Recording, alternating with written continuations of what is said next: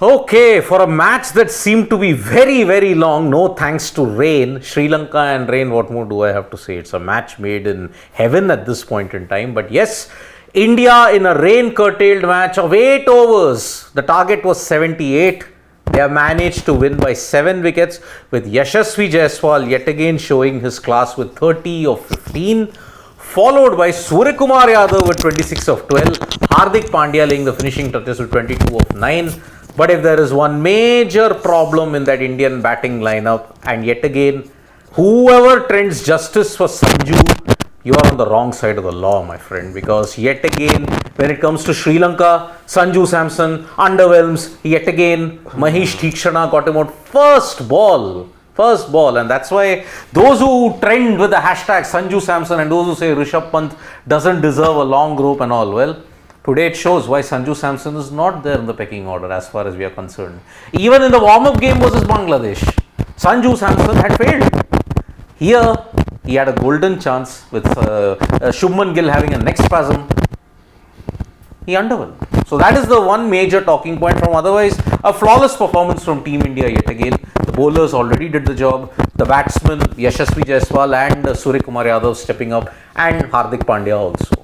But Sanju Samson, guys, what do you do? How do you deal with the conundrum called Sanju Samson? Sanju, the thing is, at times, when you think that he's just there, this is his moment, he ends up, and you think he's a component of that good headache that the Indian team has, the fact that he's such a good talent. But when it comes to, those opportunities, those crucial opportunities that come his way, and when he lets those opportunities go begging, he solves the problem for the Indian team then. So that good headache becomes a migraine. So, no. He ends up being the solution to the good headache. While he is that good headache, he also ends up being the solution to that headache is what I'm saying. Yeah, automatically he kicks himself out of the tournament. Yeah, he is the thing with Sanju Samson, he's too good to be ignored. We know that he is one of those players, few players that you see in every generation that ooze with talent and class. He's got both of them, and that's why you see Sanju Samson as a name. He's been around the circuit for far too often now, for far too long. A decade. Exactly, he's been around, but you look at his 2014, if I'm not wrong. His international appearances far less for somebody who's been around the circuit for that long. And such performances aren't going to help his case. This is not a high-profile series. You're going to be facing tougher challenges going forward. And if Sanju Samson has to feature and be relevant in the scheme of things going forward, then he needs to make these opportunities count. He wasn't there in the previous match. He gets a chance today, doesn't make it count today. And he was not even the keeper today. Exactly. And he won't be the keeper. I think one thing, even those on the sidelines, even people like us who have some semblance of understanding as far as Indian cricket goes, that Rishabh Pant has been given the mantle as far as glove work is concerned, and he is your designated wicketkeeper batter. Sanju Samson, whenever there are these opportunities that open up, only then Sanju Samson gets into the side. Otherwise, you probably will not see there being too many scenarios where Rishabh Pant and Sanju Samson are both playing in the same 11, because they're looked at differently. Sanju Samson isn't looked at as just a batter. And why is that? Because of such performances, because of such inconsistencies. You thought, and again Siddharth, I'm failing to recall that one IPL match in which you were just, I think, a couple of days away from the squad announcement, and I remember when Sanju Samson scored that 50, I think he finished with an 81, and then he broke into that celebration. I remember they were in a chase, and then he broke into that very animated celebration, because he possibly knew that he'd sealed the deal. He'd done enough. This is when the stakes were high, and he delivered then as the captain. But Sanju Samson, when it comes to the Indian jersey, we still, that one century as well came in the ODI format that made him somewhat relevant in T20 cricket.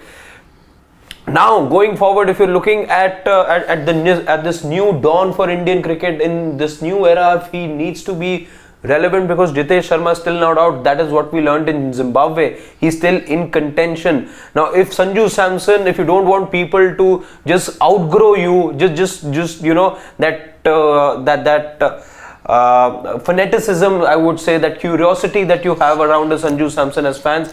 If you don't want that to cease, then Sanju Samson needs to make these opportunities count. What about you, Shashwat? Again, frustration, Yeah. okay, used to it, or you're happy with the way how Sanju Samson's going on at See, this point in even time? earlier, before he again made a comeback of that sorts in this Indian team, I always thought that I do agree at times that things haven't been fair with him, but everything isn't meant to be fair. I think he's gotten enough opportunities, and when you have been around the Indian team for 10 years and you have always been people backing you, there has been support, and still you haven't able to make your mark or cement your place. And you also have to remember there was a patch of 1.5 years in this where Rishabh Pant wasn't even available. So even after that, if you're not able to cement your place, then I think there is definitely a problem in the person himself. Here I feel that Sanju, nobody else to blame. Sanju Samson, here clearly it's to be seen now that he's a like for like for an Ishan Kishan. The role Ishan Kishan played here, it was of a floater. If he is also the backup wicketkeeper. If Rishabh Pant is injured, he can also give you the support with the gloves, but he's also your backup opener. That automatically opens one extra slot. You don't have to keep a backup opener, then you have the same person to as a backup keeper and as a backup opener. Now you've also seen Jitesh Sharma, I still feel is a little far-fetched in those terms. I think it's Dhruv Jurel who the team is backing. So if Sanju Samson, even after this series, if he is not able to, I don't feel that he's even going to get another opportunity. If Shubman Gill comes, he's a walk-in, he's the vice captain of this side, he'll automatically come and become your opener. But then moving ahead, will the team want to stick with Sanju Samson? How long a rope are you ready to give him? You have a Dhruv Jurel who has performed well in the IPL also. Also, we have also seen that the team management is looking for players who are all format players. Dhruv Jurel has already sort of made his place in the test side. We saw what he did in the England series. Now getting him in, he's a young player. You would definitely want him to groom him more in T20s because you already have a Rishabh Pant. So nobody else to blame. He needs to break that door down if he wants to cement his place. But if he's not been able to do it since 10 years, I think it's pretty late. Okay, very quickly, I know we don't have our phones with us right now, we're not using them. If there was a pick that you guys had to make for the man of the match? I mean, for me, I would have gone with Ravi Bishnoi. Bishnoi. 3 wickets. 3 wickets. Shashwat, for you? Hardik for me. I'll also go Hardik. 2 wickets in those 2 wickets and 22. 22 very, crucial runs. Crucial runs and breezy runs, most importantly. 22 runs of just 9 deliveries. Yeah. Finished, I think, with 2 wickets as well. Yes. Of course, we could just any moment now be getting that confirmation as well.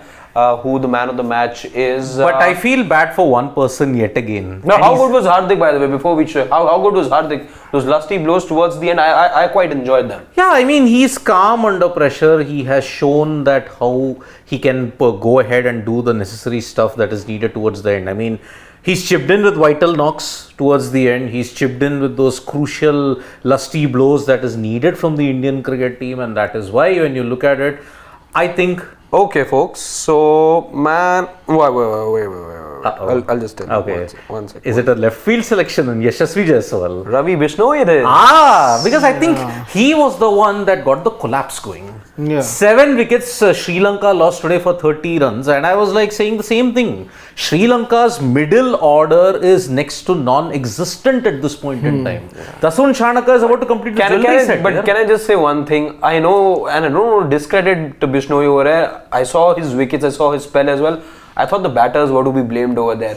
With him, you know that 80% of the times the ball's going to come in and not go away from you for a right-hander.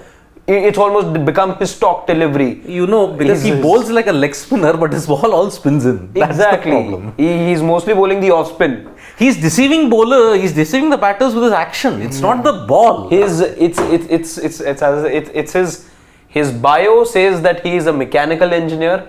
But he does IT. Exactly. But he does something else. So that is the problem. Now I feel bad before we take some of the comments at this point. Because we had already discussed the game in full and we already said that it's an 8-over game. What more can you discuss out of that? Yes, India has won the series, great. Surya Kumar Yadav once again impressed with his captaincy. So, okay, no, go forward. There was a stat coming to my mind, but... Yeah, Surya Kumar Yadav once again impressed with his captaincy. But yet again, the guy who I feel very bad for at this point in time is Riyan Parag. Again, he's not gotten an opportunity with the bat. The one opportunity that he got, he failed yet again. And that is why, if you look at it, and Dex was a very interesting. England's run rate against West Indies in the fourth innings was better than Sri Lanka's first innings run rate. Yeah, they 7.287. Yeah. Man, England is really setting things on fire here. But see, what they do you do they can do it against other teams. Against India, we saw what happened. against Australia also? This England team can't do it against the better teams. So, what do you think? How do you deal with the Riyan Parag conundrum, especially with the bat?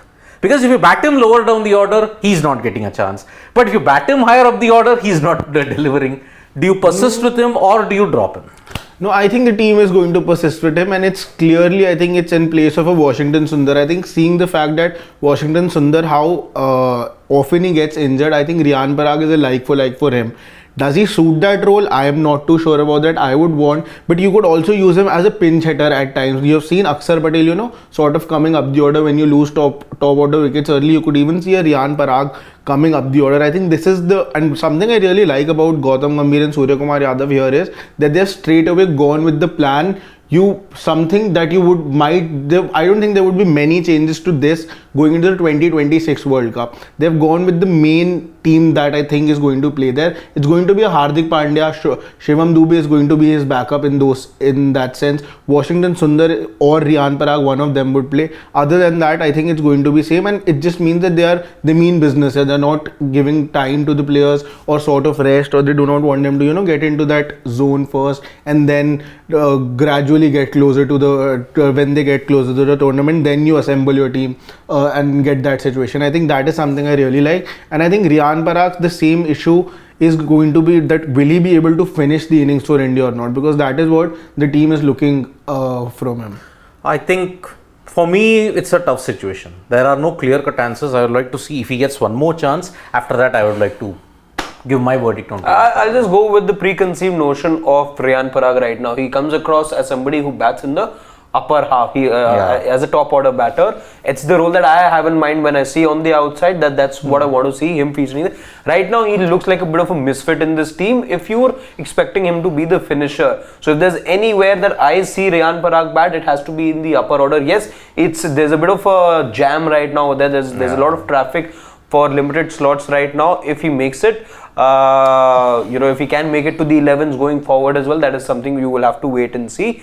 But I too, with what we've seen in IPL from Riyan Parag and where we've seen him get numbers last year in the S-Mat as well, Yep. I think it was all when he was batting at the top. So that's where I'd like to see him going forward as well. Exactly. So India have won the series 2-0. There's still one more game to go. I think there will be changes there also. So let's take a comment here. Ashwin AR is saying it's tough to be a Sanju. Give him 10 games consistently and then throw the kitchen sink. Right now he gets one match. Next one match will be coming after a few months. But Ashwin, that is, you can say it is Sanju's fault. Yeah. Because when he's gotten the opportunity, he's not nailed it down. Rishabh Pant nailed that opportunity down with a better knock against Pakistan in the T20 World Cup. You can call it scratchy, 42. you can call it lucky, but it helped. That is the main thing. Now with this new template what you have got, you are not looking at 50s, you're looking at impact, and that can be a 22 of 9, it can be a 30 of 11. Yeah. That is the thing. 50s and 100s are not the thing Or the kind of anymore. knock you saw from Surya today. Or a Yashasvi. 24 odd of 13 deliveries. Yep. Yeah, that's what you're looking at. So that, my goodness, this seems like the day has gone on and on and on at this point. So we'll call curtains for this coverage today. At least the third T20 is now a dead rubber. It's going to happen on Tuesday at Palakele. But as far as Olympic action is concerned, I'll just take that one comment. Tomorrow, 1 p.m. IST is another medal round in the Olympics. Shashwat has already done a schedule video. You can check that out. Yeah. More stuff coming from Paris also. Remember, historic day today. I'll be doing a wrap also. So do check that out. Thank you so much, folks. For joining us. Potentially 3 medal chances tomorrow. 2. Potentially. No, archery quarters. The tally could go Will up to you 3. guys No, not no, no, jinx no. it? Will You you could guys end up winning 3 medals tomorrow itself. But archery again, there's a we big, were hoping for it there's a today bigger also. asterisk over there. Yeah. See, even in shooting, let us, as I said with Manu Bakar, keep your hopes. be positive, but don't be negative also. And it worked in my case. So tomorrow, let us see how it all goes in the 10-meter air rifle. Now we are calling it quits for this coverage. Manu back in action tomorrow, by the way. We are. No, Manu Bhakar also. Yes. We are also in action tomorrow. We are in action every day. 24/7. Until August 11th, we are there in action every day. So from me, Harshit and Shashwat, it's bye-bye. See you. More stuff coming your way on Sports Today. Bye-bye. Sashwat, thank you for doing the honors. Indeed.